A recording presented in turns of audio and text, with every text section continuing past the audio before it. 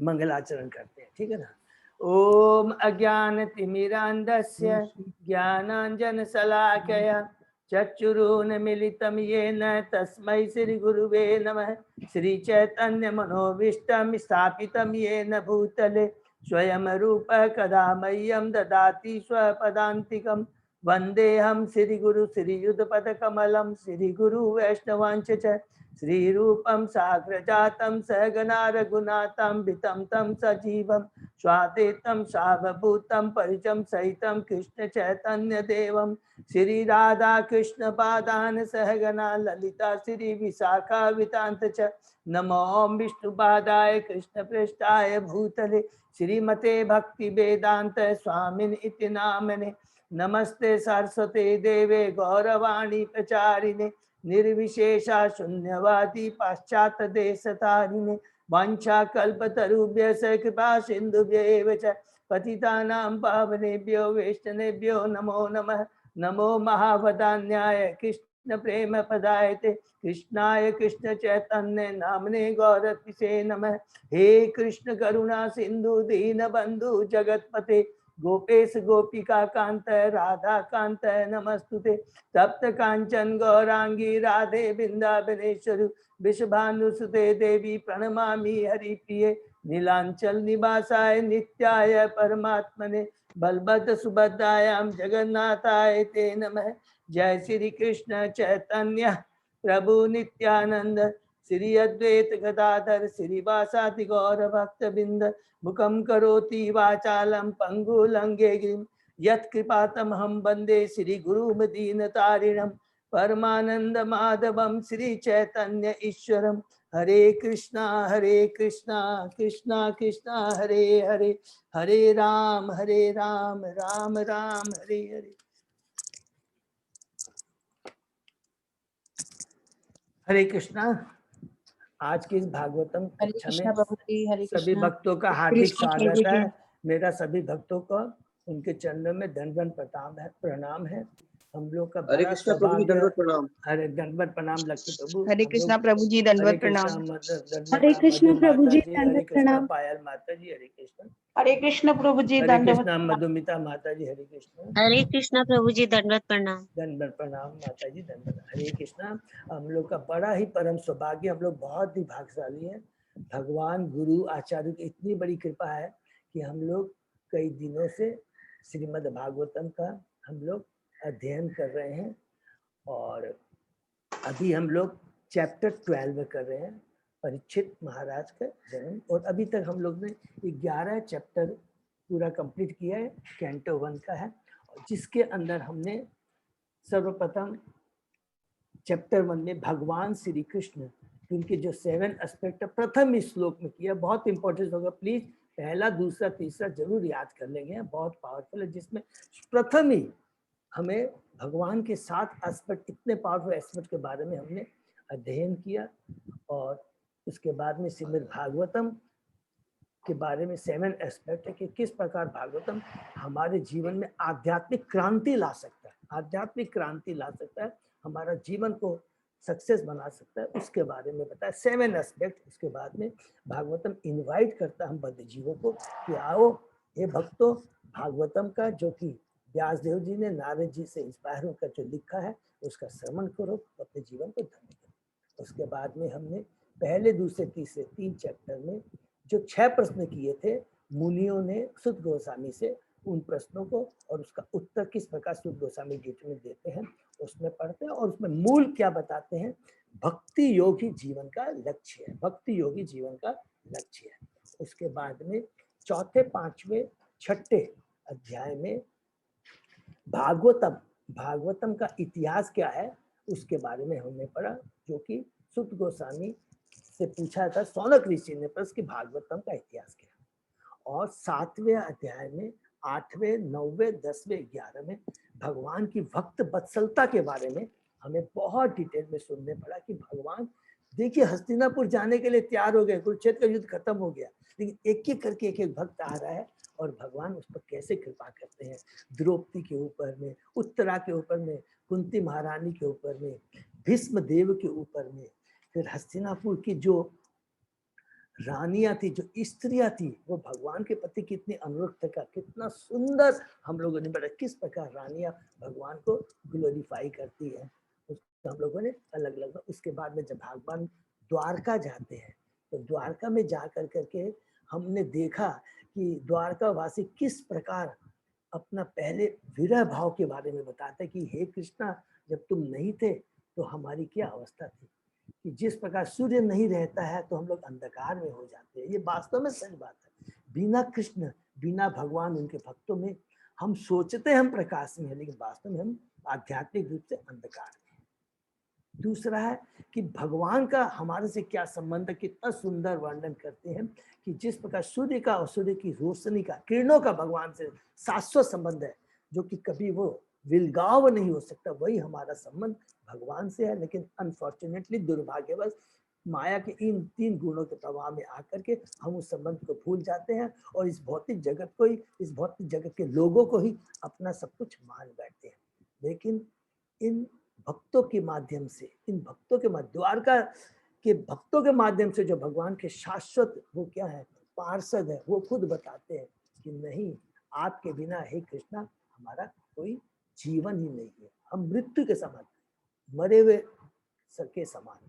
तो उसके बाद में भगवान श्री कृष्ण द्वारका का कितना सुंदर वर्णन किया, किस तरह से जाया गया था, और उसके बाद में भगवान अलग अलग किस तरह के लोगों से मिलते हैं और उनकी पद के अनुसार किस प्रकार उनको रेसिप्रोकेट करते हैं, इसके बारे में हमने डिटेल में डिस्कस किया। और अंत में जो द्वारका की जो मेन रानियां थी, कि वो भगवान की क्या है, वो पार्षद है, और उनका भाव भगवान के प्रति क्या था, 100% प्योर आध्यात्मिक दिव्य प्रेम का भाव था, जिसमें काम की एक झलक भी नहीं थी, एक बिंदु झलक भी नहीं थी। ये हमारे लिए बहुत बहुत एक अच्छी सत्ता है कि हमारा भगवान के प्रति जो संबंध है, उसको हमको भक्ति के द्वारा, भक्तों के संग में रह करके, हरिनाम का कीर्तन कर करके, उनके रूप गुण लीलाओं का सदैव बिना किसी इंटरप्शन के श्रवण के दर्शन से किस प्रकार हम भगवान की भक्ति, जो खोया हुआ जो हमारा भगवान के समय, उसको हम लोग स्थापित कर सकते हैं। इस भौतिक जगत में रहते हुए हमें आध्यात्मिक जगत में जाने की दरकार नहीं, उसके लिए नहीं सोचना है। इस भौतिक जगत में रहते हुए वो अवस्था हम प्राप्त कर सकते हैं, जो कि हमने देखा है पृथु महाराज ने, भरत महाराज ने, प्रहलाद महाराज ने, अलग अलग हमने देखा है, युधिष्ठिर महाराज ने, पांडवों ने, सब लोग। तो इससे हमको एक शिक्षा प्रदान करती है। तो इस प्रकार हमने 11 चैप्टर खत्म किया और कल हमने शुरू किया था अध्याय 12। तो अध्याय 12 में कल हमने पढ़ा, उसको हम लोग थोड़ा समराइज करेंगे तो अच्छे से हम लोग सब डिस्कस सुनेंगे। शौनक मुनि ने कहा, भगवान श्री कृष्ण की कृपा से माता उत्तरा का गर्भ अश्वत्थामा द्वारा छोड़े गए ब्रह्मास्त्र से बचा लिया गया था। दूसरे श्लोक में बोलते हैं, शौनक मुनि ने सुत गोस्वामी से फिर पूछा, क्या पूछा, जो अत्यंत बुद्धिमान एवं परम भक्त महाराज परीक्षित उस गर्भ में कैसे उत्पन्न हुए, पहला नंबर 1। दूसरा, उनकी मृत्यु किस तरह हुई, दूसरा प्रश्न। तीसरा, मृत्यु के बाद उन्होंने कौन सी गति प्राप्त की। ये 3 प्रश्न शौनक मुनि पूछते हैं सुत गोस्वामी से दूसरे श्लोक। उसका उत्तर में प्रभुपाद जी कहते हैं, महाराज परीक्षित के राज्य संभालने के बाद ही, ये बहुत इंपॉर्टेंट पॉइंट है कि महाराज परीक्षित के राज्य संभालने के बाद ही कलयुग ने अपना कार्य करना शुरू कर दिया था। अतः उस कलयुग ने आ गया था, उसका पहला एग्जाम्पल क्या बताते हैं कि क्या कोई लक्षण हुआ कि राजा परीक्षित महाराज को शापित होना पड़ा, उनको अभिशाप मिला। यही एक लक्षण दिखाता है कि हाँ, कलयुग शुरू हो गया था। नहीं तो भगवान के इतने शुद्ध भक्त हैं, उनको शापित होना पड़ा। फिर प्रभुपाद जी कहते हैं, जब ब्राह्मण पुत्र ने उन्हें वृथा का शाप दे दिया, उनको अभिशाप दे दिया था, तो अब देखिए परीक्षित महाराज के गुण, जो भगवान के शुद्ध भक्त होते उनका क्या गुण है। अगर वो चाहते तो भगवान को आह्वान कर सकते कि देखिए मेरे संग कैसा अन्याय हुआ है, मुझे इस तरह का मृत्यु दंड का अभिशाप मिला। लेकिन नहीं, भगवान का जो शुद्ध भक्त होता है वो भौतिक जगत से, जन्म मृत्यु जरा व्याधि से जरा चिंता नहीं करता है, भौतिक आसक्ति पर कोई चिंता नहीं रहता है। वो कभी भी भगवान को अनावश्यक चीजों के लिए वो कभी भगवान की याचना नहीं करता है, कृपा नहीं मांगता। इसके बाद में यहाँ पर बताते हैं कि परीक्षित महाराज को ज्ञात था कि ब्राह्मण पुत्रों ने मुझे जो अभिशाप दिया है वो अभेद है, गलत है, अनजस्टिफाइड है, किंतु वे उसका विरोध नहीं किए। क्यों नहीं किए? बहुत इंपॉर्टेंट है यहाँ पर पाजी तात्पर्य बताते हैं, क्योंकि उनको समझ में आ गया था कि कलयुग आ चुका है और एक जो शुद्ध ब्राह्मण होता है वो कभी भी ऐसी गलती नहीं करेगा। लेकिन चूंकि कलयुग आ गया है, कलयुग में प्रभाव के कारण में जो प्रतिभावान ब्राह्मण थे उनका भी ये पतन होने जा रहा है, पतन शुरू हो गया है, ये इंडिकेट कर रहा है। और इसलिए प्रहलाद महाराज जी परीक्षित महाराज जी ने उसका ऑब्जेक्शन नहीं किया। तो ये बहुत इंपॉर्टेंट है जो दूसरे श्लोक में हमने स्टडी किया।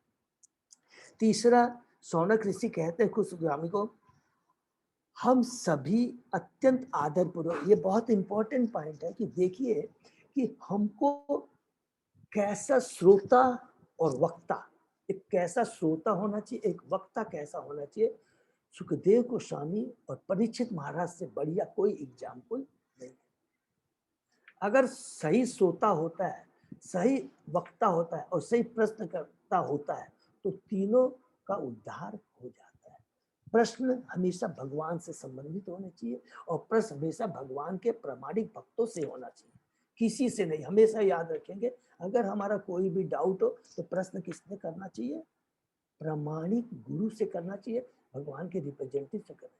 कोई भी अगर प्रश्न नहीं समझ में आता है हमको बिना हिचक के हम लोग पूछेंगे, लेकिन अभक्त से कभी प्रश्न नहीं करना चाहिए, नहीं वो आपको मिसगाइड कर देगा। तो यही बात पर क्या कहते हैं, हम सभी अत्यंत आदरपूर्वक परीक्षित महाराज के विषय में सुनना चाहते हैं, जिन्हें सुखदेव गोस्वामी ने दिव्य ज्ञान प्रदान किया कि श्रोता एवं वक्ता दोनों दिव्य है, दोनों भगवान के शुद्ध भक्त। तो प्रभुपाद जी उनके उत्तर में कहते हैं, महाराज परीक्षित सुखदेव गोस्वामी दोनों ही प्रथम दो साधनों श्रवण धर्म कीर्तन के साधक थे। तो हमने पढ़ा है ना, नवधा भक्ति, श्रवण कीर्तन स्मरण पाद सेवम अर्चना वंदना साक्ष्य आदि।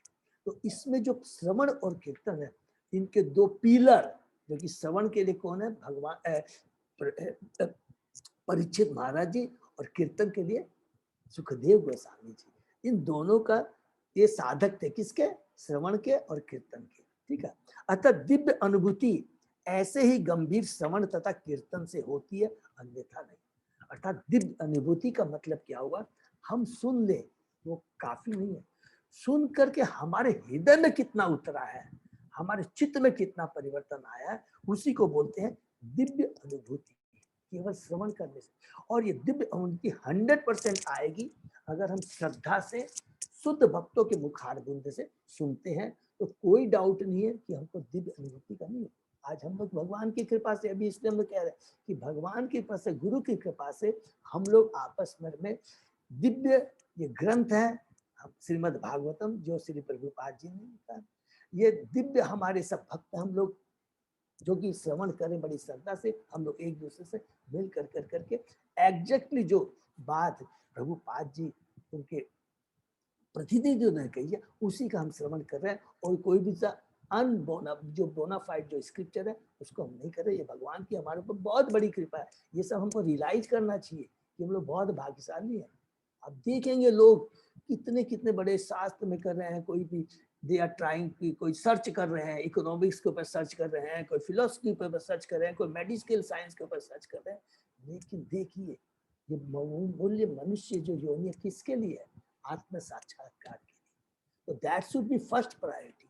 तो ये हमारा बहुत परम सौभाग्य है, ये भगवान की कृपा से हमको ये सौभाग्य प्राप्त हो रहा है। फिर प्रभुपाद जी कहते हैं दिव्य ज्ञान प्राप्त करने का एकमात्र साधन है कि उसे प्रामाणिक गुरु से गंभीर श्रवण द्वारा ग्रहण किया जाए। ये बहुत इंपॉर्टेंट है, ठीक है, जो हमने अभी डिस्कस किया। फिर यहाँ पर चौथे श्लोक में आकर करके शौनक ऋषि और सुत गोस्वामी जी महाराज युधिष्ठिर के बारे में बताते हैं। सुत गोस्वामी ने शौनक ऋषि से प्रश्न के उत्तर में कहा, महाराज युधिष्ठिर ने अपने राज्य काल में, ये देखिए एक जो राजा होता है, जो राजर्षि होता है, उसके क्या गुण होते हैं, सबों के ऊपर उन्होंने युधिष्ठिर, बार बार हमने पढ़ा है, हमने देखे 10वें अध्याय में भी ये पढ़ा है, ठीक है ना, कि ठीक है भीष्मदेव के जाने के बाद में, गृह त्याग के बाद में युधिष्ठिर महाराज ने किस प्रकार राज संभाला, यहाँ पुनः यहाँ उसकी पुनरावृत्ति होती है। और ये बहुत जरूरी है, हमेशा भगवान के भक्तों का हमेशा रिपीट, देखिए दो चीज होता है, एक रिपीटेडली एंड विदाउट इंटरप्शन, दोनों में समझ में आ गया ना। हम बार बार पढ़ रहे हैं एक चीज को, लगातार पढ़ रहे हैं एक चीज है, लेकिन बार बार लगातार और बार बार एक ही चीज को रिपीट करेंगे, उतना ही हमारा प्योरिफिकेशन होगा, ठीक है। तो युधिष्ठिर महाराज के बारे में यह बताते हैं कि वो सबों के ऊपर उदारता पूर्वक शासन चलाया उन्होंने। वे उनके पिता तुल्य थे। जो पिता तुल्य थे का मतलब क्या हुआ कि हमने पढ़ा है शास्त्र में कि जो पिता, जो गुरु अपने आश्रित को ये न बता दे कि जीवन का लक्ष्य क्या है, मनुष्य योनि किस लिए है, तब तक वो पिता माता गुरु कहलाने के लायक नहीं। और ये बात युधिष्ठिर महाराज को भगवान श्री कृष्ण, विश्वदेव और शास्त्रों से उनको मालूम है। इसीलिए यहाँ पर कहा गया है कि युधिष्ठिर महाराज अपनी प्रजा के पिता के तुल्य थे, कोई उनकी अपनी व्यक्तिगत कांक्षा नहीं थी। एक ये तीसरा इंपॉर्टेंट पॉइंट है कि जो भक्त होता है, भगवान का रिप्रेजेंटेटिव होता है, उसका एक ही लक्ष्य रहता है कि भगवान की भक्ति करना और दूसरे बद्ध जीवों को भी भगवान की भक्ति से लाना। और जो भी इस भौतिक जगत में जो कुछ भी है, जो भी उसके पास में भौतिक पोजीशन में है, वो कभी भी उसको अपना नहीं समझता है, भगवान की संपत्ति समझता है। और जो कुछ भी उसके पास रहता है वो भगवान के लिए ही यूज करता है, भगवान की भक्ति के लिए, भगवान के नाम प्रचार के लिए करता है, अपनी इंद्रिय तृप्ति के लिए नहीं करता है। और वही चीज युधिष्ठिर महाराज में थी, और इसलिए उनको जरा भी 1% भी आकांक्षा नहीं थी। और यही भावना किसकी थी हमने पढ़ेंगे आगे, अम्बरीश महाराज की, पृथु महाराज की, भरत महाराज की। ये बहुत इंपॉर्टेंट है, ये गुण हमको हम धीरे धीरे हम में ला सकते हैं। हम जो कुछ भी हमारे पास में उसको यूज करना है, उसके प्रति आसक्ति नहीं रखना, नहीं तो वो क्या है, हमारी भक्ति में बाधा रहेगी। पूरा 100% यूज करना है, ऐसा नहीं है कि हमको क्या पता है युक्त बैरागी बनना है हमको, ठीक है ना, फल्गु बैरागी नहीं बनना है। भगवान श्री कृष्ण के चरण कमलों की निरंतर सेवा करते रहने के कारण वे सभी प्रकार की इंद्रिय तृप्ति से विरत थे। तो ये बहुत इंपॉर्टेंट, जितने हम भगवान की सेवा करेंगे, भगवान के बारे में सुनेंगे, अलग से कोई प्रयास करने की दरकार नहीं, स्वतः ही हमारी क्या है, अपनी जो भौतिक आसक्ति, माने हमको अपनी इंद्रिय तृप्ति के लिए जो आसक्ति है वो खत्म अपने आप हो जाएगी, इसके लिए कोई अलग से प्रयत्न करने की दरकार नहीं है। प्रभुपाद जी कहते हैं यहाँ पर तात्पर्य में कि परीक्षित महाराज को मालूम था कि सारे जीव भगवान के अंश हैं, अतः राजा जो भगवान का प्रतिनिधि होता है सभी जीवों को उचित शिक्षा प्रदान करने के लिए वचनबद्ध है। ये प्रभुपाद जी ने वर्ड यूज किया कि वचनबद्ध है। ये बात युधिष्ठिर महाराज को मालूम थी कि एक राजा का क्या कर्तव्य है। चूंकि वे भगवान के शुद्ध भक्त थे, उनको अपने इंद्रिय तृप्ति की कोई इच्छा नहीं थी। उनकी सारी इंद्रियां भगवान की प्रेमा भक्ति में लगी रहती थी, जिससे जीवों की आंशिक सेवा सम्मिलित है। ये बहुत इंपॉर्टेंट पॉइंट प्रभुपाद जी ने कहा कि वो भगवान की सदैव प्रेमा भक्ति में लगे रहते थे, क्योंकि उनको मालूम था कि अगर भगवान की प्रेमा भक्ति हो जाती है तो स्वतः ही भगवान के जितने अंश हैं उनका भी सेवा हो जाती है। जिस प्रकार हम एक पेड़ के जड़ में जल डालते हैं तो उसकी जितनी पत्तियां टहलती स्वतः ही वह हरी भरी हो जाती है, तो उसी प्रकार अगर हम भगवान को केंद्र में रख के कार्य करेंगे तो सारा राज्य, सब लोग स्वतः ही सुखी हो जाएंगे। तो लास्ट नेक्स्ट श्लोक में बताते हैं महाराज युधिष्ठिर के बारे में। पुनः चौथे श्लोक में बताया सूत गोस्वामी ने, पांचवें श्लोक में क्या बोलते हैं कि महाराज युधिष्ठिर को सांसारिक उपलब्धियों, उनके द्वारा किए गए सारे यज्ञ, दूसरा उनकी महारानी, तीसरा, चौथा उनके पराक्रमी भाइयों, पांचवा उनके विस्तृत भूभाग, जो कि जितना उनका बड़ा साम्राज्य था, ठीक है ना, उसका विस्तृत भूभाग, धरा पर उनकी प्रभुता तथा उनकी ख्याति के समाचार स्वर्ग लोक तक पहुंच गए थे। तो जो कुछ भी उनके पास में था वो स्वर्ग लोक तक पहुंच गया था। तो यहाँ पर प्रभुपाद जी बताना चाहते हैं कि भगवान का जो भक्त होता है उसका ग्लोरिफिकेशन हमेशा होता ही रहता, बार बार रहता, स्वर्ग तक वहां पहुंचे। आज देखें भौतिक जगत में देखते हैं कितने भी लोग हों, बोलते कि इसने बहुत बड़ा काम करके गया, इसने स्कूल कॉलेज को, लेकिन हम कितना दिन उसको याद करते हैं, भूल जाते हैं। लेकिन जो भगवान का भक्त है वो सदैव आने वाली पीढ़ी भक्तों के द्वारा वो याद किया जाता है। ठीक है, उसके बाद में बताते हैं सुत गोस्वामी जी, परीक्षित महाराज का ऐश्वर्य इतना मोहक था कि स्वर्ग के वासी भी उनकी आकांक्षा करते थे, लेकिन महाराज युधिष्ठिर सदैव भगवान की सेवा में लिप्त रहते। उन्हें भगवान की सेवा के अंदर कुछ भी तुष्ट नहीं कर सकता था। प्रभुपाद जी कहते हैं कि जो भगवान का भक्त होता है, शुद्ध भक्त को सदैव क्या क्या चीज की दरकार होती है?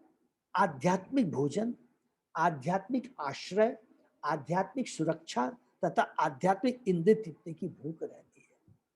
उसको भौतिक नहीं, आध्यात्मिक भोजन, हरि नाम आध्यात्मिक भोजन है। आध्यात्मिक आश्रय, गुरु का, भक्तों का आश्रय, आध्यात्मिक सुरक्षा, वो क्या कहता है कि मेरी भक्ता में कोई विपदा नहीं है, जिसके लिए हमको बेड़े की दरकार है, शुद्ध भक्तों का और भगवान के भक्तों का, भगवान की कृपा था। और आध्यात्मिक इंद्रिय तृप्ति की भूख, आधे इंद्रिय तृप्ति की भूख मीन्स सदैव हमेशा भगवान के नाम रूप गुण लीलाओं का केवल सेवन करने की इच्छा बनी रहे, भूख बनी रहे, वो कभी भी बंद नहीं हो। ये चीज बताते हैं जो वह परम आत्मा परमेश्वर के सानिध्य द्वारा ही प्राप्त हो सकती है। और ये चारों चीजों भगवान के परमेश्वर के सानिध्य से ही प्राप्त हो सकती है। नेक्स्ट श्लोक में सुत गोस्वामी फिर दोबारा आ जाते हैं किसके ऊपर? परीक्षित महाराज के। अभी युधिष्ठिर महाराज के बारे में चौथे, पांचवें, छठे श्लोक में करने के बाद पुनः वो परीक्षित महाराज के बारे में बताते हैं। क्या कहते हैं? जब परम योद्धा बालक परीक्षित अपनी माता उत्तरा के घर में थे तो ब्रह्मास्त्र के ज्वलित ताप से पीड़ित थे, तो उन्होंने परमेश्वर की अपनी ओर आते देखा।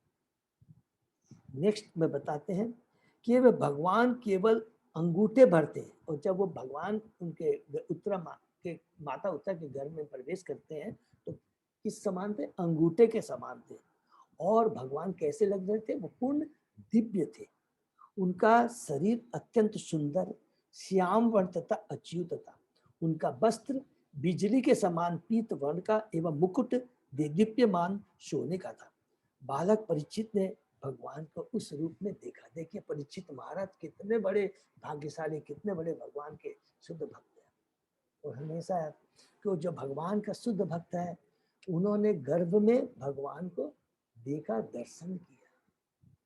और भगवान ने जो छोटा बच्चा कैसे उनका दर्शन करता, अपने को उतना ही छोटा बना लिए कि वो छोटा बच्चा उनको अच्छे से देख सके। ये भगवान की कृपा है। तो हमने श्लोक 8 तक कल डिस्कस किया, उसके आगे हम लोग आज डिस्कस करते हैं। ठीक है ना? ओम नमो भगवते वासुदेवाय। ओम नमो भगवते वासुदेवाय। ओम नमो भगवते वासुदेवाय। नारायण नमस्कृत्यं नरं चैव नरोत्तमं देवी सरस्वती व्यासं ततो जयमुदीरये। नष्टप्रायेषु अभद्रेषु नित्यं भागवत सेवया भगवती उत्तम श्लोके भक्तिर्भवति नैष्ठिकी। आराधयो भगवान ब्रजेश तनय सतदाम वृंदावनम रमया काचिदुपासना व्रजवधू वर्गेण्य कल्पिता। श्रीमद्भागवतम प्रमाणम अम्लं प्रेमा पुमर्तो महान। श्री चैतन्य महाप्रभो मतम इदम तत् आदरो न पर। हरे कृष्णा कृष्णा कृष्णा हरे हरे, हरे राम राम राम हरे हरे। हरे कृष्णा। तो अब हम लोग आज इस 12वें अध्याय का श्लोक नंबर 9 से करेंगे। ठीक है ना? श्रीमत दीर्घ चुतर बाहुम तप्त कांचन कुंडलम क्षतज अक्षम गदा पाणिम आत्म सर्वतः दिशम परिभ्रमतम उल्काभाम भ्राम्यंतम गदाम। भगवान 4 भुजाओं से युक्त थे, उनके कुंडल सोने के थे तथा आंखें क्रोध से रक्त जैसी लाल थी। जब वे चारों ओर घूमने लगे तो उनकी गदा उनके चारों ओर गिरते तारों उल्का की भांति निरंतर चक्कर लगाने। हरि बोल। तो भगवान जब माता उत्तरा के घर में प्रवेश करते हैं तो यहाँ पर शुद्ध गोस्वामी बताते हैं कि भगवान 4 भुजाओं से युक्त थे, उनके कुंडल सोने के थे, आंखें क्रोध से रक्त जैसे। तो 4 भुजाओं, तो पद्म, गदा, शंख, ठीक है ना, कमल, ठीक है। तो ये 4 चीजें भगवान अपने 4 हाथों में चतुर्भुज में रखते। तात्पर्य, ब्रह्म संहिता में कहा गया है कि परमेश्वर गोविंद अपने एक पूर्ण अंश से ब्रह्मांड मंडल में प्रवेश करते हैं और वे अपने आप परमात्मा रूप में न केवल प्रत्येक जीव के हृदय में अपितु भौतिक तत्वों के प्रत्येक परमाणु में प्रवेश कर जाते हैं। इस प्रकार भगवान अपनी अचिंत्य शक्ति के से सर्वव्यापी है और इस तरह वे अपने प्रिय भक्त महाराज परीक्षित की रक्षा करने के लिए उत्तरा के घर में प्रविष्ट हुए। तो यहाँ पर सबको समझ में आ गया कि यहाँ पर प्रभुपाद जी किसके बारे में बता रहे हैं, पुरुषावतार के बारे में बताते हैं कि परमेश्वर अपने एक पूर्ण अंश से, एक पूर्ण अंश क्यों बोल रहे हैं, क्योंकि अभी हमने पढ़ा था कि भगवान श्री कृष्ण के ये अंश है, ये विष्णु माने, जैसे हमने पढ़ा था बलदेव या बलराम का एक्सपांसन कर करके, उसके बाद में मूल, संकर्षण, वासुदेव, प्रद्युम्न, अनिरुद्ध, उसके बाद में सेकंड चतुर्भुज के रूप में पहले नारायण, उसके बाद में सेकंड चतुर्भुज रूप में महाशंकर्षण, वासुदेव, प्रद्युम्न, अनिरुद्ध, और उससे फिर महाशंकर्षण से पुरुषावतार। पुरुषावतार मीन्स महाविष्णु अर्थात क्षीरोदधाय विष्णु, उसके बाद में गर्भोदधाय विष्णु, और उसके बाद में गर्भोदय के भीतर क्षीरोदधाय विष्णु लास्ट में, ठीक है। वो कारणोदक्षाय विष्णु, गर्भोदक्षाय विष्णु और क्षीरोदधाय विष्णु। कारणोदक्षाय विष्णु को महाविष्णु भी बोलते हैं और क्षीरोदधाय विष्णु प्रत्येक जीव के हृदय में, हम बच्चों के में परमात्मा के रूप में सदैव विराजमान रहते हैं। यहाँ पर बताते हैं भगवत गीता में भगवान हर एक को आश्वस्त करते हैं कि उनके भक्तों का कभी भी विनाश नहीं होता। कोई भी भगवान के भक्त को नहीं मार सकता क्योंकि भगवान उसकी रक्षा करते हैं। हरि बोल। तो यहाँ पर कितना कि ब्रह्मास्त्र अश्वत्थामा ने मारने का प्रयत्न किया लेकिन वो मार नहीं सका। स्वयं भगवान अपने शुद्ध भक्त की रक्षा करने के लिए उत्तरा माता के घर में प्रवेश करते हैं। क्षिप्रम भवती धर्मात्मा शाश्वत शांति गच्छन्ति कौन्ते प्रति जाने न में भक्त प्रणिष्यति, न में भक्त प्रणिष्यति। कि हे अर्जुन, कितनी बढ़िया बात कहते हैं कि कौन्ते प्रति जाने, हे अर्जुन अनाउंस कर दो कि मेरे भक्त का कभी भी विनाश नहीं होता है। इतने भगवान अपने भक्त के प्रति कृपालु होते हैं। तो यहाँ पर भगवान किस प्रकार परीक्षित महाराज की रक्षा करते हैं, किंतु भगवान जिसे मारना चाहते हैं उसे कोई भी बचा नहीं सकता। तो भगवान अगर जिसको मारना चाहते हैं तो वो इसको बचा नहीं सकता। भगवान सर्वशक्तिमान है, अतएव इच्छा अनुसार मार भी सकते हैं तथा बचा भी सकते हैं। देखिए कितना हम लोगों ने देखा है, ब्रह्मा जी ने हिरण्यकशिपु को इतना पावरफुल वरदान किया और हिरण्यकशिपु की जितने भी बुद्धि काम कर रही थी उसने सारे उपाय सोच लिया, सब कुछ ब्रह्मा जी को बोल दिया कि मैं दिन में नहीं, रात में नहीं, सुबह में नहीं, शाम में नहीं, मनुष्य के द्वारा नहीं, पशु, बहुत दिमाग लगा के सब कुछ कह दिया। ब्रह्मा जी ने भी हाँ कह दिया, लेकिन जब भगवान ने उसको मारना चाहा तो नरसिंह रूप में आकर के उसका वध कर दिया। ठीक है, अतः वे इच्छा से मार भी सकते तथा बचा। वे उस विषम स्थिति में, परिस्थिति में उत्तरा के घर में भी अपने भक्त महाराज परीक्षित को ऐसे रूप में दिखाई पड़े जो उसकी दृष्टि के अनुरूप था। तो समझ में आ गया, उसके दृष्टि के अनुरूप था माने वो छोटा सा बालक था तो भगवान भी छोटे से बन गए। भगवान हजारों ब्रह्मांडों से भी बृहत रूप धारण कर सकते हैं और साथ ही परमाणु से भी लघु बन सकते हैं। हरि बोल। तो भगवान के लिए सब कुछ बात, अष्ट सिद्धियां उनके पांव चरण छूती है, वो कुछ भी नहीं है। तो भगवान कुछ भी चाहे तो कर सकते हैं। दयालु तो वे है ही, अतः वे जीव की सीमित दृष्टि के अनुरूप बन जाते हैं। वे असीम है, वे हमारी किसी गणना की परिधि से सीमित नहीं है, वे हमारी कल्पना से भी अधिक विशाल और हमारी चिंतन शक्ति से अधिक लघु बन सकते हैं। वो स्वराट है, वो सर्वव्यापी है, वो सर्वज्ञ है, वो कुछ भी कर सकते हैं, किंतु प्रत्येक दशा में वे वही सर्वशक्तिमान भगवान बने रहते हैं। और सब कुछ बनने के बाद भी, छोटा बनने के बाद भी, बड़ा बनने के बाद भी, अलग अलग रूप धारण करने के बाद भी भगवान श्री कृष्ण अच्युत है। उनकी जो पोजीशन है सुप्रीम पर्सनालिटी ग्रोथ में, उसमें जरा भी फर्क नहीं आता। हमेशा प्रभुपाद जी बार बार इसको रिमाइंड करेंगे कि इन बद्ध जीवों को कि ओम पूर्ण मदय पूर्ण इदम, कि भगवान कुछ भी रूप ले ले, कैसा भी कर ले, कितने भी रूप में अपने को विभाजित कर ले, लेकिन भगवान पूर्ण, उनका जो पूर्ण रूप है वो हमेशा का एज इट इज बना रहता है, उसमें कोई भी परिवर्तन नहीं आता है। उत्तरा के घर में अंगूठे के तुल्य विष्णु में तथा वैकुंठ धामवासी पूर्ण नारायण के रूप में कोई अंतर नहीं है। वे अपने विभिन्न असमर्थ भक्तों की सेवा स्वीकार करने के लिए ही अर्चा विग्रह रूप स्वीकार करते हैं। अर्चा विग्रह की कृपा से भौतिक जगत के सारे भक्त सरलता से भगवान तक पहुंच सकते हैं, यद्यपि वे भौतिक इंद्रियों द्वारा अचिंत्य है। अतः अर्चा विग्रह भगवान का पूर्ण आध्यात्मिक स्वरूप है। क्योंकि हम भगवान को अपनी भौतिक इंद्रियों से नहीं देख सकते, तो यहाँ प्रभुपाद जी बहुत बढ़िया बात बोलते हैं। तो भी भगवान इतने कृपालु हैं, अर्चा विग्रह के रूप में यहाँ पर आते हैं। और भगवान का जो अर्चा विग्रह है जिसमें प्राण प्रतिष्ठा होती है, वो भगवान से अभिन्न है, ये हमेशा याद रखना चाहिए। इसलिए हम लोग जब भी अर्चा विग्रह के पास जाते हैं, हमको भगवान के मुखारविंद का हमेशा दर्शन करना चाहिए, उनको निहारना चाहिए, और उनका दर्शन निहारने में ही हमें एक आध्यात्मिक शक्ति, एक शीतलता मन को प्रदान होती है।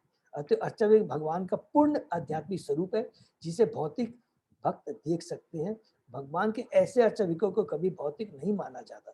यद्यपि बद्ध जीवों में पदार्थ तथा आत्मा में काफी अंतर होता है, किंतु भगवान में पदार्थ तथा आत्मा में कोई अंतर नहीं होता। इसको अंडरलाइन कर लेंगे, क्योंकि भगवान का कोई भौतिक चीज होती ही नहीं है। उनका जो शरीर भी होता है, शरीर और आत्मा एक ही, अर्थात उनका पूरा शरीर दिव्य होता है।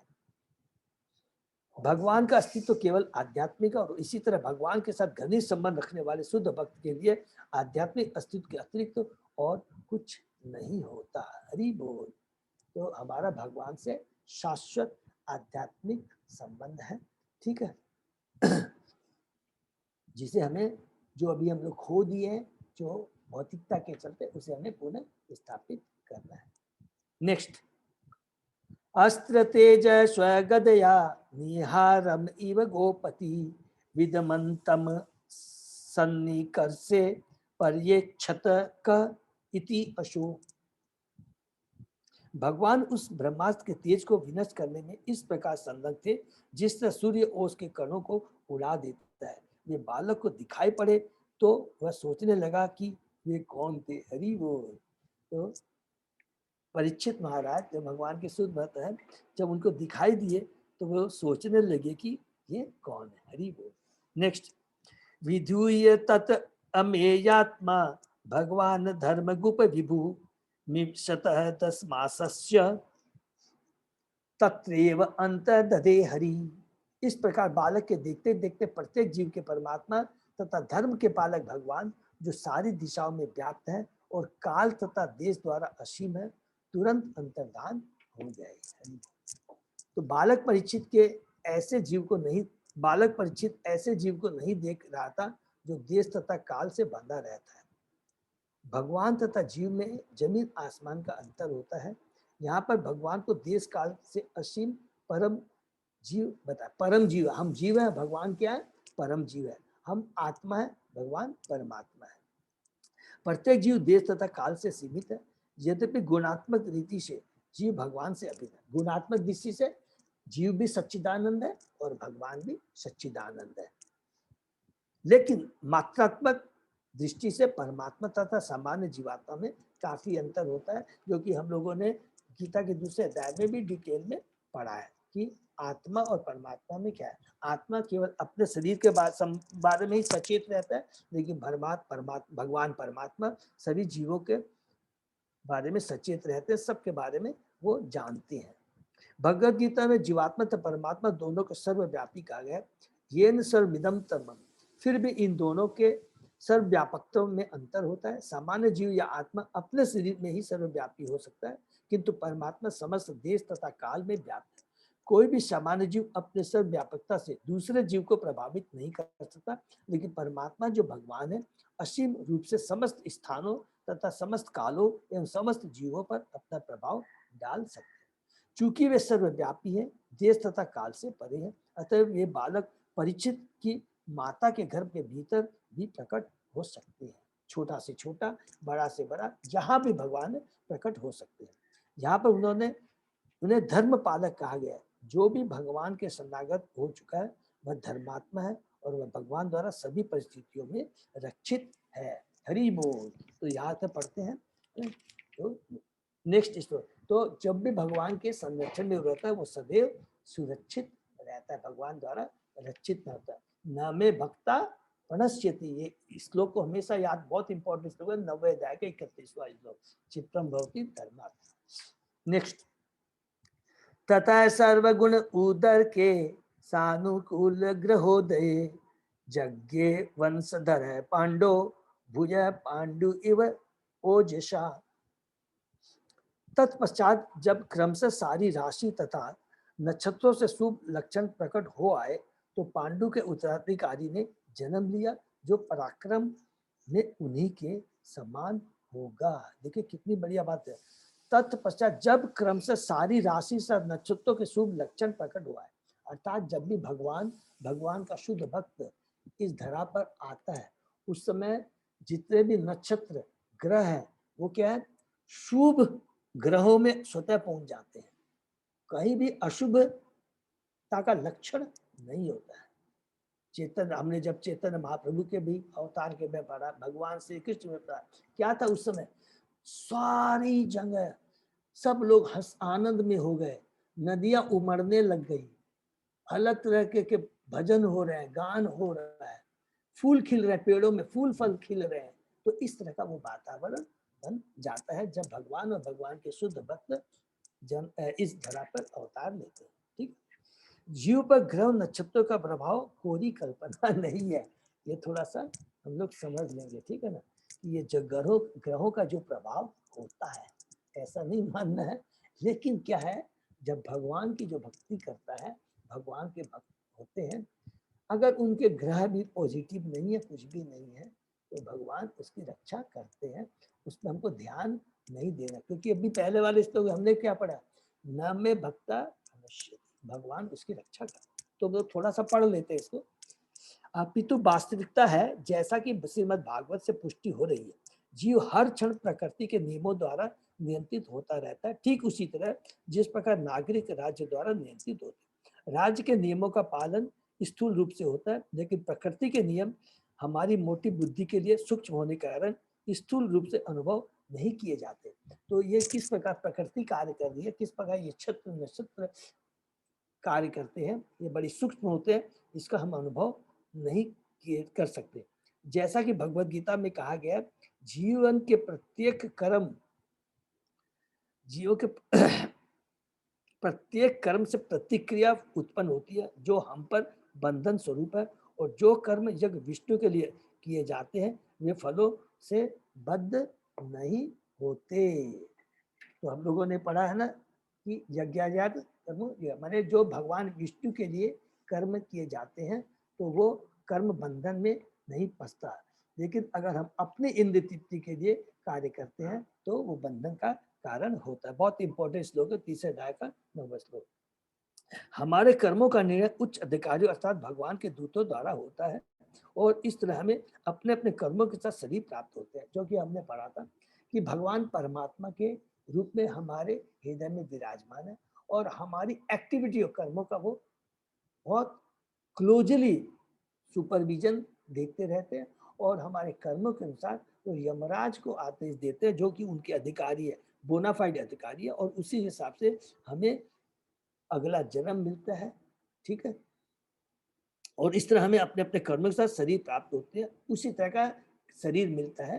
हमने कई डिटेल में डिस्कस किया, मन बुद्धि अहंकार हमारी कर्म हमारी चेतना सोच कर को कैरी करते हैं और उसी चेतना कर्म के समय दूसरा शरीर प्रदान होता है। प्रकृति का नियम इतना सूक्ष्म है कि हमारे शरीर के प्रत्येक अंग पर उन्हीं ग्रह नक्षत्रों का प्रभाव पड़ता है। हरि बोल। और जीव को यह क्रियाशील शरीर इसलिए प्राप्त होता है कि वह ऐसे ग्रह नक्षत्र के प्रभाव को साध कर अपनी कारागार अवधि को पूरा कर सके। अतः मनुष्य का भाग्य उसके जन्म काल के ग्रह नक्षत्रों द्वारा निर्धारित होता है और विद्वान ज्योतिषी उसकी तथ्य परक कुंडली तैयार करता है। यह एक महान विज्ञान है, यहाँ शुद्ध प्रभुपाद जी कह रहे हैं। ठीक है ना? किंतु यदि उसका दुरुपयोग होता है तो इससे यह निर्थक नहीं बन जाता। महाराज परीक्षित या भगवान भी किसी शुभ नक्षत्र राशि में उत्पन्न होते हैं और इस शुभ क्षण में जन्म लेने वाले शरीर पर इन नक्षत्रों का प्रभाव पड़ता है। सबसे शुभ नक्षत्र वह है जब भगवान इस धरती पर प्रकट होते हैं। हरि बोल। तो सबसे बड़ा शुभ नक्षत्र कौन है? जब भगवान सब इस धरती पर प्रकट होते हैं और इसे जयंती कहते हैं, जो कि हमने पिछले अध्याय में भी पढ़ा था कि जयंती किसकी बनानी चाहिए? भगवान के भक्त जब अवतार देते हैं। ये मनुष्य की जयंती नहीं बनाई जाती है, हम बद्ध जीवों की। ठीक है ना? इस शब्द का अन्यथा दुरुपयोग नहीं करना चाहिए। महाराज परीक्षित केवल एक महान क्षत्रिय सम्राट ही न थे, अपितु महान भगवत भक्त भी थे। वो केवल महान सम्राट नहीं, वो भगवत भक्त भी थे। अतः वे किसी भी अशुभ क्षण में जन्म नहीं ले सकते थे। इसको अंडरलाइन कर लेंगे कि जब भी भगवान का जो भक्त होता है वो शुभ लक्षणों में आता है तो सारे भी जो होते हैं, सारे उसके जो स्टार जो होते हैं वो 100% फेवरेबल होते हैं। जिस प्रकार किसी प्रतिष्ठित व्यक्ति का स्वागत उचित स्थान तथा उचित समय पर किया जाता है, उसी प्रकार भगवान द्वारा विशेष रूप से सुरक्षित महाराज परीक्षित जैसे व्यक्ति के स्वागतार्थ ऐसा उपयुक्त क्षण चुना गया था। इसलिए भगवान ने स्वयं, जब भगवान के भक्त आते हैं, वो जब सारे स्टार फेवर में होते हैं उसी समय वो इस धरा पर आते हैं, जब सारे शुभ ग्रह एकत्र होकर राजा पर अपना प्रभाव डाल सके। इस तरह उनका जन्म हुआ। तो अभी हम लोग ने जो पढ़ा था कि उनका पहला प्रश्न क्या था कि उनका जन्म कैसा था, तो यहाँ पर प्रभुपाद जी ने बहुत सुंदर डिटेल से बता दिया कि स्वयं भगवान ने गर्भ में रक्षा की और समय कैसा था, नक्षत्र कहते सारे फेवरेबल थे, उसी समय उनका जन्म हुआ था। इस तरह उनका जन्म हुआ और सिर्फ भागवत के महान नायक कहलाए। हरि बोल। नक्षत्रों का यह संयोग मनुष्य की इच्छा से उत्पन्न नहीं किया जा सकता, अपितु यह तो परमेश्वर की महती अवस्था कृपा का प्रबंध होता है। निसंदेह जीव के शुभ या अशुभ कर्म के अनुसार ही यह व्यवस्था की जाती है। यही जीव द्वारा संपन्न शुभ कार्यों की महत्ता प्रकट होती है। केवल शुभ कर्मों के द्वारा ही जीव को उत्तम संपत्ति, उत्तम शिक्षा तथा सुंदर स्वरूप प्राप्त हो सकता है। और अगर हमारे कर्म अच्छे हैं और हमको अच्छी संपत्ति, उत्तम शिक्षा और स्वरूप प्राप्त होता है तो हमें उसका उपयोग परम लक्ष्य के लिए करना चाहिए। ये बहुत इंपॉर्टेंट, अगर ये भगवान ने दिया है तो परम लक्ष्य के लिए ये करना। परम लक्ष्य क्या है, परम धर्म क्या है, परम कर्म क्या है? भगवान की भक्ति करना और भगवान की भक्तों का संग करके, भक्ति कर करके इस भौतिक जगत से छुटकारा पाना, न कि उसको अपनी इंद्रिय तृप्ति के लिए भोगना। तभी इसका सदुपयोग कहलाया जाएगा। ठीक है ना? नक्षत्र के सुप्रभाव के लिए समुचित वातावरण तैयार करने में सनातन धर्म संप्रदाय के संस्कार अत्यंत उपयुक्त सिद्ध होते हैं। अतः उच्च वर्णों के लिए संतुत गर्भाधान संस्कार समस्त शुभ कर्मों का शुभारंभ है। हरि बोल। जिससे मानव समाज में अत्यंत पवित्र तथा बुद्धिमान श्रेणी के मनुष्य उत्पन्न होते हैं। यहाँ पर प्रभुपाद जी ने हम लोगों को कई बार यहाँ पर बताया है कि गर्भाधान संस्कार बहुत इंपॉर्टेंट होता है। उसको करने से क्या होता है, जिससे मानव समाज में अत्यंत पवित्र तथा बुद्धिमान श्रेणी के मनुष्य उत्पन्न होते हैं। वो बुद्धिमान देखिए बहुत इंपॉर्टेंट लिखा है, और पवित्र, जिनकी चेतना उत्तम कोटि की होती है। और बुद्धिमान का मतलब हुआ उसको मालूम होता है कि जीवन का लक्ष्य क्या है, और उसके पास जो भी संपत्ति है, जो भी समय है, वो हमेशा बड़े तरीके से भगवान की भक्ति में ही लगाता है, भगवान के प्रचार में ही लगाता है। उत्तम तथा योग्य जनता के द्वारा ही विश्व में शांति तथा स्मृति आएगी। अवांछित तथा विषय भोग में लीन रहने वाली अयोग्य संतानों से अशांति फैलेगी और यह संसार नरक बन जाएगा। तो ये देखिए, latest should be very Frank. आज जितने भी माता पिता हैं तो जिनके बच्चे हैं, हम उनको ये पढ़ा सकते हैं, समझाते, प्रयत्न हमारा ड्यूटी है। ये मेरे को बहुत ही इतना पावरफुल यहाँ पर है कि एक जो गृहस्थ है, जो हम गृहस्थ आश्रम में प्रवेश करते हैं तो उनको बच्चों को ये शिक्षा देना बहुत जरूरी है, जिससे आने वाली संतान दिव्य हो, बुद्धिमान हो, कृष्णमय हो, उनकी चेतना हमेशा पॉजिटिव हो, नेगेटिव न हो। ये बहुत इंपॉर्टेंट है, इसको हमको बहुत ध्यान में रखना है। तो बिना हिचक के माता पिता को अपने बच्चों को ये चीज जरूर बताना, उनको शिक्षित करना है। नेक्स्ट, तस्य प्रीतमना राजा विप्रे धौम्य कृप आदिभि जातकम कारयाम आश वाचयित्वा च मंगलम। महाराज परीक्षित के जन्म से अत्यंत प्रसन्न होने वाले राजा युधिष्ठिर ने जात संस्कार करा। हरि बोल। अब यहाँ पर महाराज युधिष्ठिर बहुत प्रसन्न होते हैं। यहाँ पर बताते हैं कि अब परीक्षित महाराज का जो जन्म हो चुका है, उसके बाद में युधिष्ठिर महाराज की प्रतिक्रिया के बारे में बताते हैं। धौम्य कृप आदि विद्वान ब्राह्मणों ने शुभ स्तोत्रों का वाचन किया। हरि बोल। धौम्य और कृपाचार्य ने शुभ स्तोत्रों का वाचन किया। थोड़ा ये तात्पर्य पढ़ लेते हैं। वर्णाश्रम धर्म में वर्णित संस्कारों को संपन्न कराने के लिए उत्तम तथा बुद्धिमान ब्राह्मणों की आवश्यकता है। जब तक ये संस्कार संपन्न नहीं किए जाते, कराए जाते, तब तक अच्छे संतान की संभावना नहीं है। और इस कलयुग में इस संस्कार विधि के अभाव में सारे संसार की जनता शुद्र गुण वाली या इससे भी निम्न होती है। किंतु समुचित सुविधाओं तथा उत्तम ब्राह्मणों के अभाव के कारण इस युग में वैदिक संस्कारों का पुनरुद्धार कर पाना संभव नहीं है, क्योंकि वैसे गुणवान ब्राह्मण नहीं अवेलेबल है। और इस कलयुग में तो हम सोच भी नहीं सकते हैं। लेकिन इस युग के लिए अन्य पद्धति भी संतुष्ट है, और वह है पंचरात्रिक पद्धति। यह पंचरात्रिक पद्धति शुद्ध श्रेणी के लोगों पर लागू की जाती है, जो कलयुग की संतानें मानी जाती है, और युग तथा काल के अनुरूप संतुष्ट की जाने वाली यही संस्कार विधि है। किंतु यह संस्कार विधि केवल आध्यात्मिक विकास के निमित्त है, अन्य किसी कार्य के लिए नहीं। आध्यात्मिक विकास कभी उच्च या निम्न नैतिकता से नियंत्रित नहीं होता। हरि बोल। गर्भाधान संस्कार के बाद अन्य संस्कार भी होते हैं, यथा सीमांतोन्नयन, सदभक्षणम आदि, जो गर्भावस्था में संपन्न होते हैं। और जब शिशु उत्पन्न होता है तो सबसे पहला संस्कार जात कर्म है। यह संस्कार महाराज युधिष्ठिर द्वारा राजपुरोहित धौम्य तथा महान सेनापति एवं पुरोहित कृपाचार्य जैसे योग्य ब्राह्मणों की सहायता से संपन्न कराया गया।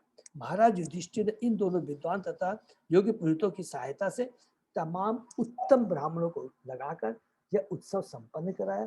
तो सारे संस्कार मात्र औपचारिकता या सामाजिक उत्सव ही नहीं, अपितु ये व्यवहारणीय है और धौम्य तथा कृप जैसे योग्य ब्राह्मणों द्वारा सफलतापूर्वक संपन्न होता है। इस युग में ऐसे ब्राह्मण न केवल विरले हैं, अपितु उपलब्ध भी नहीं। अतः इस पतित युग में आध्यात्मिक विकास के लिए सारे गोस्वामी वैदिक शास्त्रों की अपेक्षा पांचरात्रिक सूक्तों को वरीयता प्रदान करते हैं। हरि बोल। तो अभी जैसे कि प्रभुपाद जी भी बार बार बताएंगे, हम जितना भी भागवतम में भी पढ़ेंगे, हर जगह प्रभुपाद जी पांचरात्रिक विधि का मतलब हो गया वैदिक विधि। वैदिक विधि जो नारद ने भी पंचरात्रिक विधि, दो तरह की हो गया ना, वैदिक विधि। सपोज कीजिए आज हम लोगों के उतने संस्कार वैसे नहीं है, तो प्रभुपाद जी ने कह दिया कि जो भी जन्म लेता है वो शुद्ध है, क्योंकि उनको वैसे संस्कार नहीं है उस तरह के जो अभी बताया वो उन्होंने किए नहीं। तो प्रभुपाद जी ने उनकी असीम कृपा से हम लोग क्या है, पंचरात्रिक विधि पालन करते हैं। अर्थात वैदिक विधि मीन्स क्या बोलते हैं जिसको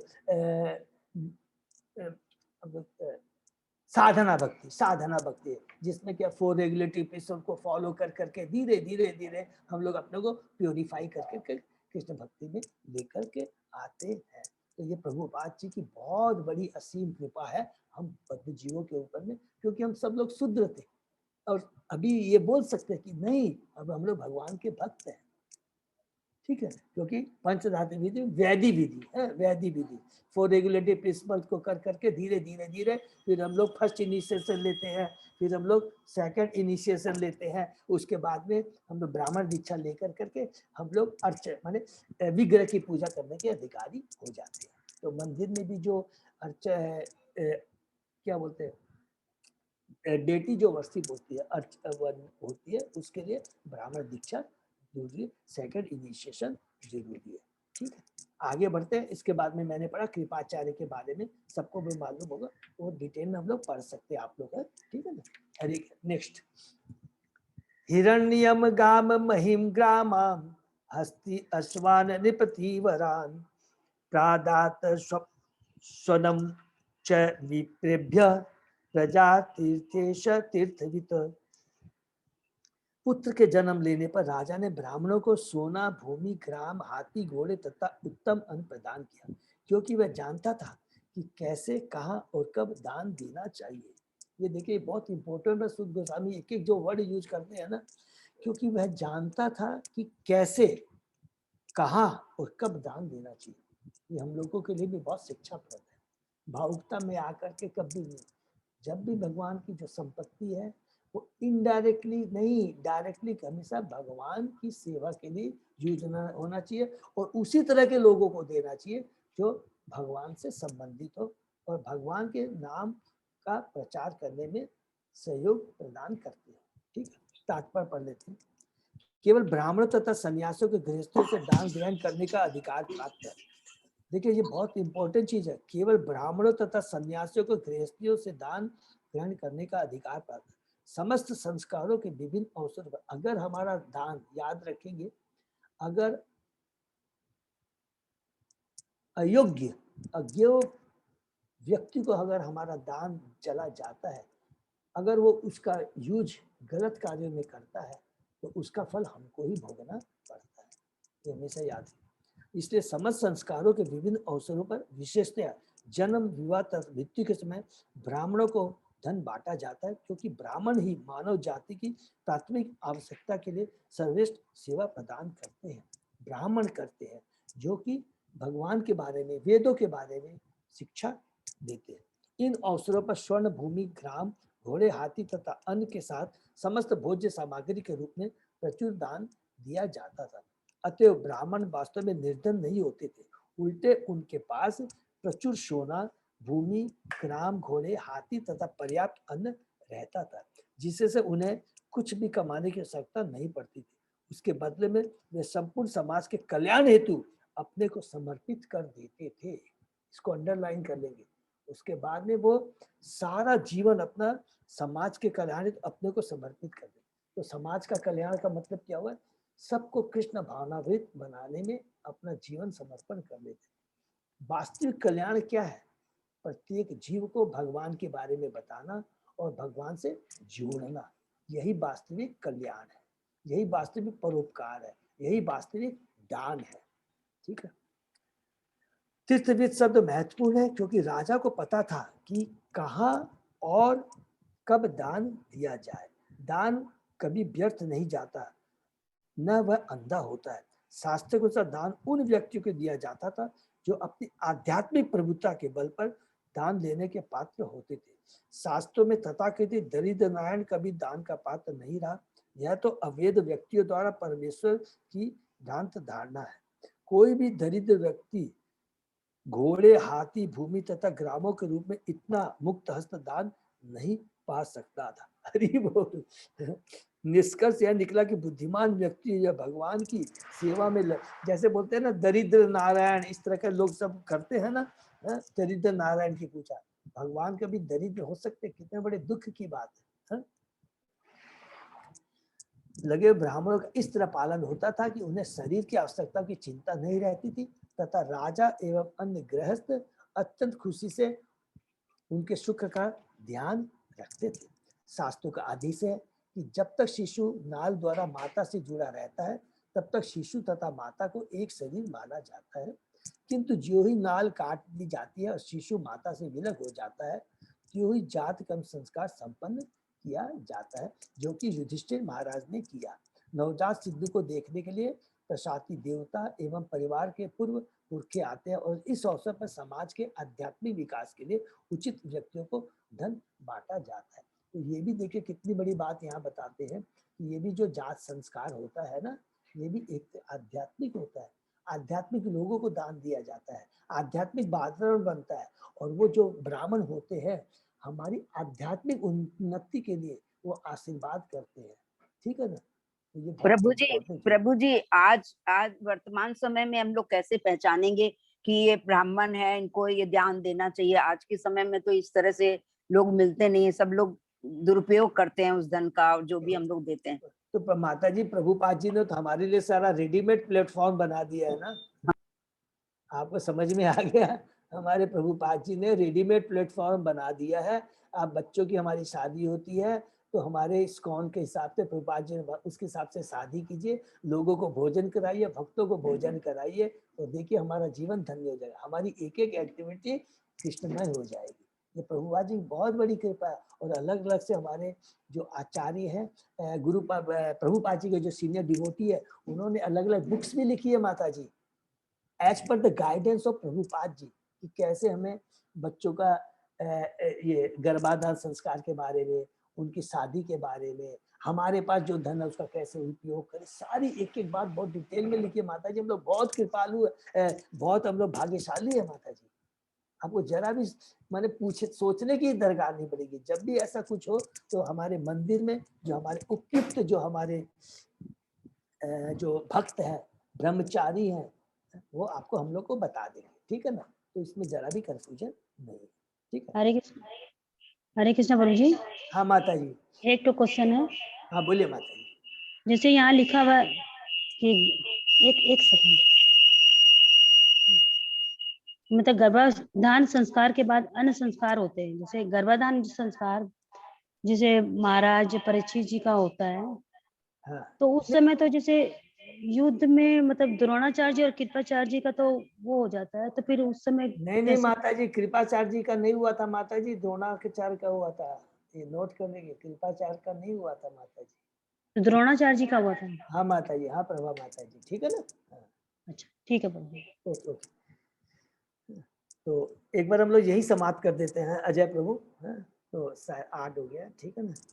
तो चाहिए तो बहुत बहुत सब भक्तों को धन्यवाद। ये बहुत ही देखिए हमारे गृहस्थ जीवन के लिए कितनी बढ़िया प्रभुपाद जी ने तात्पर्य के माध्यम से एक एक चीज बताया है, कि जैसे भगवान के जो भक्त है उनके परिवार में जब भक्त क्लास करने में अच्छा ही लग रहा है बिना रेडी हुए। भगवान का भक्त जो आ रहा है, किस प्रकार गर्भाधान संस्कार, किस प्रकार एक एक चीजें बता रहे हैं, और ये बहुत इंपॉर्टेंट चीज है। इसको हम लोग फॉलो कर करके के एक एक चीज हमारे घर में जो भी प्रोग्राम एक्टिविटी उसको हम लोग आध्यात्मिक बना सकते हैं, ठीक है। हरे कृष्णा। तो यहीं पर मैं विराम देता हूँ। और बिफोर हम लोग लीव, जो भक्त लोग जो दीक्षा ले रहे हैं उनके बारे में है, तो वो सुन सकते हैं कि आज कल मेरी पाला पाठक से बात हुई, तो आज वो शायद टाइम किसी पंडित प्रभु बताएंगे, मैं टाइम भूल रहा हूँ। तो आज उनका इंटरव्यू है हमारे जगन्नाथ ग्रुप के 10 से 11:30 बजे तक। एकदम सिंपल है, बहुत इजी है, कोबीर है।